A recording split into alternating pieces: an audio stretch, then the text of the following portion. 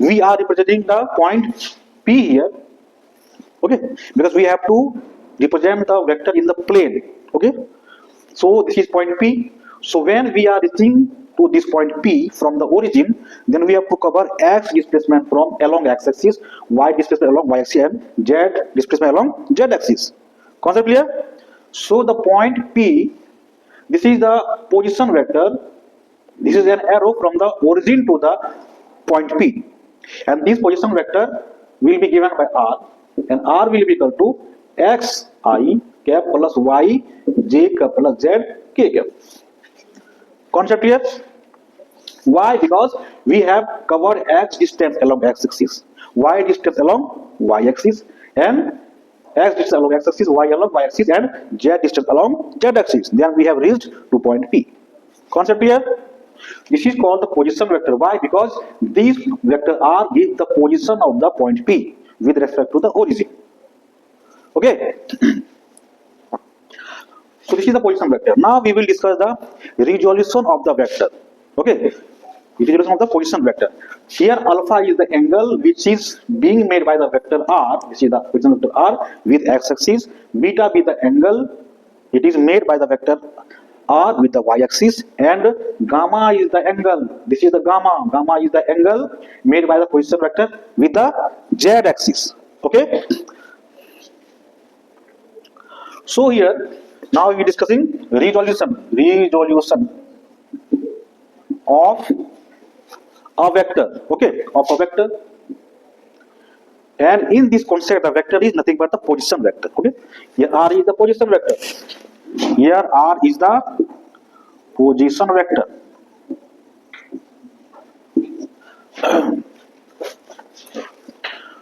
So here we will draw the perpendicular from this point P to the x-axis. This is the perpendicular from point P to the x-axis. So this will be the x component of the position vector. This is the x component. Okay, this is the x component of the position vector. So it means x component. We can also write the position vector as r is equal to, suppose that r is equal to rxi plus ryj and plus rzk. Here we have written rx in place of x.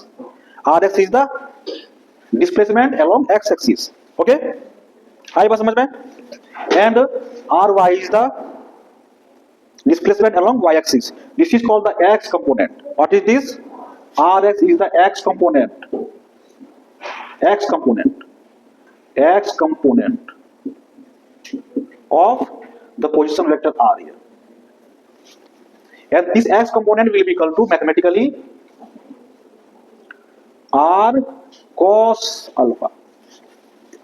How? Because in this triangle you can see, we can prove it. This is x component of r. This is equal to rx. This is equal to rx. Okay. In this triangle, see, in this triangle, you can see that in this triangle, this is angle alpha. So cos alpha, this is nothing but rx. This is rx. Okay. So cos alpha is equal to base upon hypotenuse, matlab rx upon r. Therefore, rx is equal to r cos alpha. Concept clear? So the x component of vector r will be rx. This is equal to r cos alpha. Similarly, we can write y component of vector r is equal to ry is equal to r cos beta. This is called the y component. This is called the y component. Means the component of the, we will draw the perpendicular from point P to the y-axis. This is called the y component. This is called y component. And y component will be r cos beta. Similarly, z component of vector r is equal to rz. This is equal to r cos gamma. The gamma is the angle made by the vector with positive direction of z-axis. Concept clear? Okay. So now what is the relationship between the x component, y component and z component of the vector? Then the relationship is that rx square plus ry square plus rz square. See, under root Okay, this will be equal to R. Okay, this is the relation C. It means we can say that under root R is equal to R cos alpha square, R square cos square alpha plus R square cos square gamma plus R square cos square. This is beta gamma is equal to R. It means we can say that taking common here we can write R under root cos square alpha plus cos square beta plus cos square gamma is equal to R. It means we can also say that cos square alpha plus cos square beta plus cos square gamma is equal to 1. Okay, so this is also an important result, and this is also an important result.